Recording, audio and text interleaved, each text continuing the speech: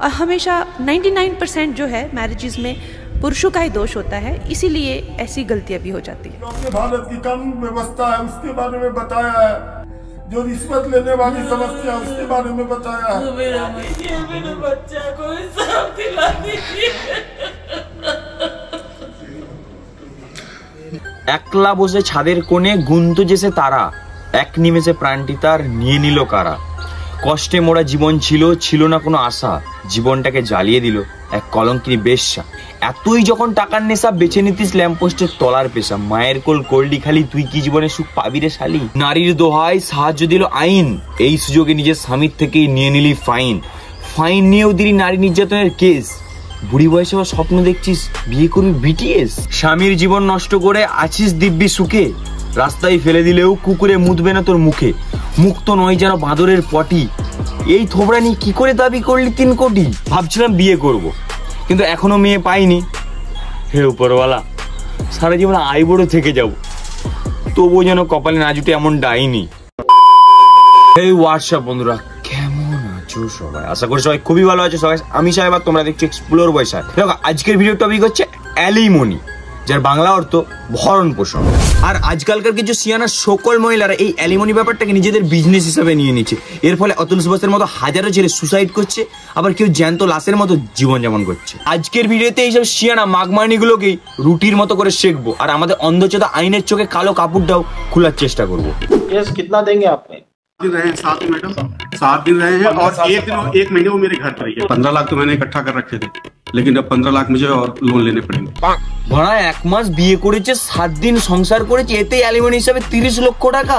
আবে মিয়া খালিফা 30টা পন শুট করে মনে এত টাকা চার্জ করে না। 7 দিনে 30 লক্ষ, তার মানে পার ডে 4,28,000। বলছি আপনি খান কি? এই একটু আধটু ল্যাংচে খায় আর কি। দেখো বাড়া, রবীন্দ্রনাথ ঠাকুর দেনা পাওনা গল্পে দেখিয়েছিলেন যে একটা গরিব বাবা তার একমাত্র মেয়ের বিয়ে বড়লোক বাবার ছেলের সঙ্গে দিয়েছিলেন, তাও 10,000 টাকা পণের বিনিময়ে। শেষ পর্যন্ত নিরুপমার বাবা পণের পুরো টাকাটা না দিতে পারে, নিরুপমার সঙ্গে দাসীর মতো ব্যবহার করা হয় এবং একটা সময় পরে কি নিরুপমা মারা যায়। কিন্তু এখন তো বাড়া পুরো জেনারেশনই চেঞ্জ। তখন নিরুপমার বাবা পণের পুরো টাকাটা না দিতে পারে, নিরুপমার উপরে অত্যাচার হয়েছিল, এরপরে নিরুপমা মারা গিয়েছিল। কিন্তু এখন এই জেনারেশন অ্যালিমনির টাকা না দিতে পারলে অতুল সুভাষের মতো হাজারো ছেলেকে মেন্টালিটি টর্চার করা হচ্ছে, এর ফলে তারা মৃত্যুর পথ বেছে নিচ্ছে। সেই সময় রবীন্দ্রনাথ ঠাকুর দেনা পাওনা গল্পের মাধ্যমে পণ প্রথাটাকে খুব ঘৃণিত চোখে দেখিয়েছিলেন। কিন্তু এখন পণ প্রথাটা নিকিতা সিংহানিয়ার মতো অসাধু ব্যবসায়ী মেয়ে এবং তার পরিবারদের কাছে এটা একটা অস্ত্র বলতে পারো। তুমি যেমন পণ নেবে ঠিক তেমনই তোমার পোঁত বেড়ে পণের 2 ডবল টাকা অ্যালিমনি হিসাবে বার করে নেবে। বিআই মশাই, আমার কিন্তু মেয়ে বেশ পছন্দ হয়েছে। প্রথমে একটা কথা বলে দিই, আমার কিন্তু দাওয়া দাবি কিচ্ছু নেই, শুধুমাত্র 1 লক্ষ টাকা দেবেন, তাও আপনার জামাইয়ের ব্যবসার জন্য। এবারে যদি আপনি খাট, আলমারি, সোফা, ফ্রিজ, এসি, গয়না যা দেবেন আপনার মেয়ে জামারই থাকলো, আমার কি। তবে একটা কথা বিআই মশাই, আমার কিন্তু দাওয়া দাবি কিচ্ছু নেই। 1 লাখ টাকা নিবি তাই না? নে, শুধু বিয়েটা একবার হতে দে, তারপরে তোদের বাপ ছেলের পোন মেরে যদি তোদের একটা ভিক্ষার বাটি না ধরাতে পারি, আমার নামও চিরিকবার চাকলা। আরে মশাই কি এত ভাবছেন? সরি না, মানে আমার একটা মাত্র মেয়ে তো, ঘরটাকে পুরো আলো করে রাখে, খুব লক্ষ্মী একটা মেয়ে জানেন। আমাদের ছেড়ে চলে যাবে তো, এটা ভাবলেই কষ্ট হচ্ছে। আরে বিআই মশাই, আপনার মেয়ে আমার বাড়িতে বৌমা নয়, মেয়ে হয়ে থাকবে। বিশ্বাস করো ভাই, কবিগুরু রবীন্দ্রনাথ ঠাকুর যদি জানতেন যে তিনার গল্প একটা জেনারেশনের কাছে এসে পুরো উল্টো হয়ে যাবে, তাহলে তিনি লিখতেনই না। দেখো মানে আগে একটা ব্যাপার ছিল, তুমি দেবে কিছু, আমি দেব কিছু, ওখান থেকে জন্ম নেবে ছোট্ট একটা শিশু। কিন্তু এখন পুরো একটা উল্টো, তুমি আমায় ভালোবাসবে, দেখবে পুরো বিশ্ব তোমার এমন হাল করবো, হয়ে যাবে তুমি নিঃস্ব। এবারে আসি অতুল সুভাষের কেসটা নিয়ে। বিহারের বাসিন্দা অতুল সুভাষ ব্যাঙ্গালোরে একটা আইটি কোম্পানিতে জব করতো। অতুল 2019 সালে নিকিতা সিংহানিয়া নামক এক ডাইনিকে বিবাহ করে, তাও আবার ম্যাট্রিমনি অ্যাপ থেকে। যারা ম্যাট্রিমনি অ্যাপ থেকে ডেটে যাচ্ছ, বিবাহ করছো, ফ্রেন্ড বানাচ্ছ, একটু সাবধানে কিন্তু। অতুলের ধারণাও ছিল না যে এই ডাইনি তার জীবনটাকে ছন্ন ছাড়া করে দেবে। বিবাহের 1 বছরের মধ্যে তাদের একটা বাচ্চাও হয়।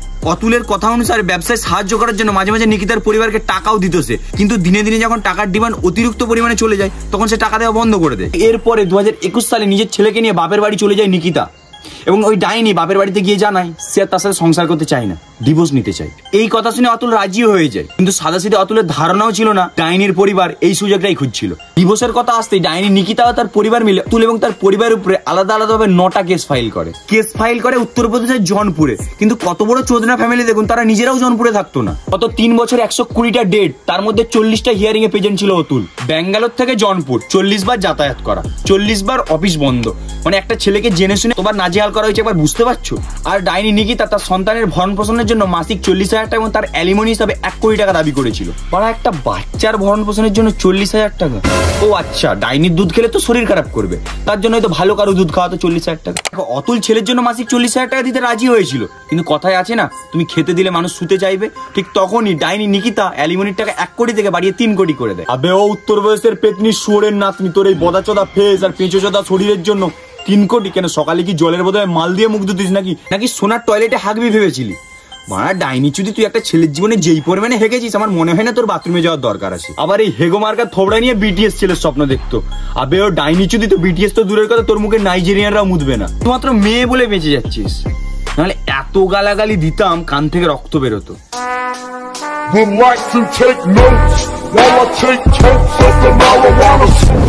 অতুল ছেলের জন্য মাসিক 40,000 টাকা দিতে রাজি হয়ে যায়, কিন্তু অতুলের মাসিক বেতন ছিল 85,000 টাকা। যারা ব্যাঙ্গালোরে থাকো তারা জানো ব্যাঙ্গালোর কতটা এক্সপেন্সিভ জায়গা। ব্যাঙ্গালোরে এই 85,000 টাকাটা তেমন কোনো একটা বড় ব্যাপার না। অতুল যখন কোর্টের জজকে এই কথা জানায়, সে এত টাকা কোথায় পাবে, কোথা থেকে দেবে? উল্টে জজ অতুলকে বলে, নিশ্চয়ই তোমার কাছে টাকাটা আছে, নাহলে তোমার স্ত্রী দাবি করবে কেন? বাড়া অন্ধচোদা, জজের কথা অনুযায়ী টাকা থাকলেই অ্যালিমনির টাকা স্ত্রীকে দিয়ে দিতে হবে। মানে এটা জজ নাকি পেঁচো মাতালবে, সেটা বড় কথা নয়। আর একটা কথা শুনলে তোমাদের পুরোপুরি বিশ্বাস হয়ে যাবে যে এটা জজ ছিল না, পেঁচো মাতাল ছিল। ট্রায়াল চলাকালীন অতুল কোর্ট এনসিআরবি একটা ডেটা দেখিয়ে বলেন যে এই প্রতি বছর এই মিথ্যে কেসের জন্য হাজারো ছেলে সুসাইড করছে। তখন ভরা কোর্টে নিকিতা জজের সামনে উত্তর দেয়, তুমি কেন করছো না?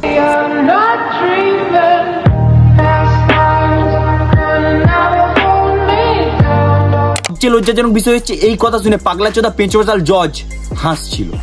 লাস্ট হিয়ারিং এর দিন অতুল যখন জনপুরে যায়, তখন ডাইনির মা ডাইনি বুড়ি অতুলকে দেখে বলে, আরে তুমি এখনো বেঁচে আছো, আমরা তো ভেবেছিলাম তুমি সুসাইড করেছো। অতুল তখন উত্তর দেয়, আমি মরলে তোমাদের পার্টি চলবে কি করে?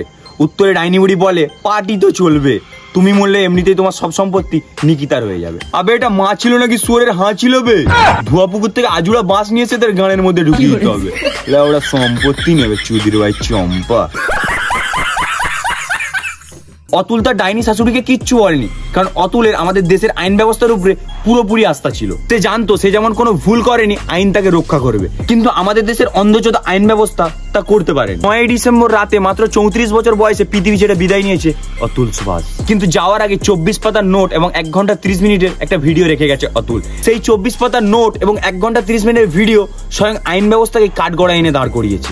অতুল ওই নোটের মধ্যে লিখে গেছে, আমার স্ত্রী এবং তার পরিবারকে আমার মৃতদেহের পাশে যেন আসতে না দেওয়া হয়, আমার এই কেসে সঠিক বিচার না হওয়া অবধি আমার অস্থি যেন বিসর্জন না দেওয়া হয়, আর আমি যদি সঠিক বিচার না পাই তাহলে কোনো কোর্টের সামনে ড্রেনে আমার অস্থি যেন ভাসিয়ে দেওয়া হয়। একটা মানুষের আইন ব্যবস্থার উপরে কতটা ঘৃণা জন্মালে সে নিজের প্রাণ বলিদান করতে পারে, জাস্ট ভাবতে পারছো?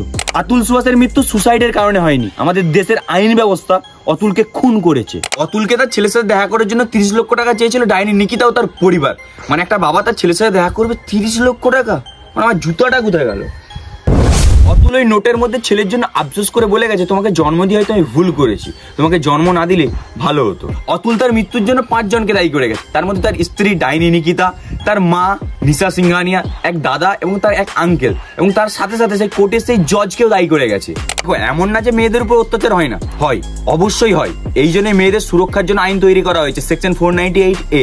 আর এই আইনের অপব্যবহার করে ছেলেদেরকে নিঃস্ব করে দিচ্ছে নিকিতা সিংহানিয়ার মতো কিছু লোভী মেয়ে ও তার পরিবাররা। International Institute for Population Science 2023 এর পরিসংখ্যান অনুযায়ী ভারতীয় মহিলাদের তুলনায় ভারতীয় পুরুষদের মধ্যে আত্মহত্যার হার 2.5% বেশি। আমাদের কলকাতার কিছু মানুষের নাম বলছি যারা অতুল সুভাষের মতো একই কারণে সুসাইডের পথ বেছে নিয়েছিল, শুধুমাত্র ভাগ্যের কারণে বেঁচে ফিরেছে মৃত্যুর মুখ থেকে। উলবেড়িয়ার অভিজিৎ রায় এই অ্যালিমনির টাকার জন্য নিজের গলায় ফাঁসি নিয়েছিল। আমি গলায় দড়ি দিয়েছিলাম শেষ হয়ে যাওয়ার জন্য, কারণ মৃত্যুকে আপন করেছিলাম। তাপস দে নামক এক ব্যক্তি এই সেম ঘটনার জন্য হারপিককে সুসাইড করার চেষ্টা করেছিল। সমাজ তো এখনো পুরুষের জন্য কিছু করে না, পুরুষ তো কিছু পারেই না। আর হারপিক খাওয়া। শুধু কি আর সাধারণ মানুষের সাথে এমন ঘটনা ঘটেছে? ক্রিকেটার শেখর ধাওয়ান, মোহাম্মদ শামি, দীনেশ কার্তিক, এমনকি হার্দিক পান্ডিয়ার স্ত্রী হার্দিক পান্ডিয়ার থেকে অ্যালিমনির টাকা হিসেবে অর্ধেক সম্পত্তি নেওয়ার চেষ্টা করেছিল। শুধুমাত্র হার্দিক পান্ডিয়ার মায়ের নামে সব সম্পত্তি ছিল বলে তার কিছু বালটাও ছিলতে পারেনি। মেয়েদের সুরক্ষার জন্য আইন আছে, ছেলেদের সুরক্ষার জন্য কোনো আইন আছে কি? একটা মেয়ে যদি গাড়ি নিয়ে এসে একটা ছেলেকে ঠুকেও দেয়, তারপরে কিন্তু দোষটা সেই ছেলেটারই হয়। তুই কেন সাইড দিয়ে হাঁটবি না, তুই কেন এখানে দাঁড়িয়েছিলি, কিন্তু মেয়েটাকে তোমার লাগেনি তো। তুমি ছেলে 500 টাকার নোট নিয়ে দোকানে খুচরো করতে যাও, দোকানদার তোমাকে খুচরোতে দূরের কথা ভালো দেবে না, কিন্তু একটা মেয়ে যাক মিষ্টি মুখে এই নাও। এই জন্য আমার নোট খুচরো করার হলে আমি আমার বান্ধবীদেরকে দিয়ে খুচরো করতে পাঠাই। এইসব জিনিসগুলো আমার কাছ থেকে শিখে নাও আর নতুন নতুন শেখার জন্য আমার চ্যানেলটা সাবস্ক্রাইব করো। তুমি ছেলে, কলকাতা শহরে তোমার ফোন হারিয়ে গেছে বা ফোন সুইচ অফ হয়ে গেছে, তুমি কারো কাছে গিয়ে বলো দাদা ফোনটা সুইচ অফ হয়ে গেছে, এটা কল করতে দেবেন। কল করতে দেওয়া তো দূরের কথা, তোমাকে ঘুরিয়ে কেলাতে চলে আসবে, কিন্তু একটা মেয়ে গিয়ে বলুক টুক করে ফোনটা দিয়ে দেবে। ছেলেদের এত কিছু স্যাক্রিফাইস করার পরেও সবাই কি বলবে? हमेशा 99% जो है मैरिजेस में पुरुषों का ही दोष होता है। হ্যাঁ, আমাদের তো একটাই দোষ, বাড়া নিয়ে জন্মেছি না।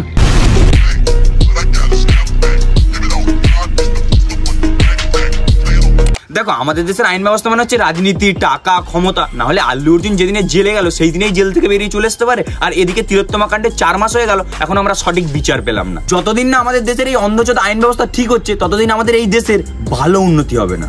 আর এই যে জজ মশাই, 4 মাস তো হতে গেল, এবারে তো তিলোত্তমার সঠিক বিচারটা করুন। ছাড়ুন, খাদান দেখুন। আরে খাদান তো দেখবো, তার আগে অন্তত অতুল সুভাষের বিচারটা করুন। ছাড়ুন, খাদান দেখুন। ঠিক আছে, খাদান দেখতে যাচ্ছি, কিন্তু অতুল সুভাষের পরিবার যেন সঠিক বিচারটা পায়। আরে ভাইপো, ভালো পাবি না বিচার, আরজি করের মতো এই কেসটাও চাপা পড়ে যাবে। আর কবে কণ্ঠশক্তি পাবে, আর কবে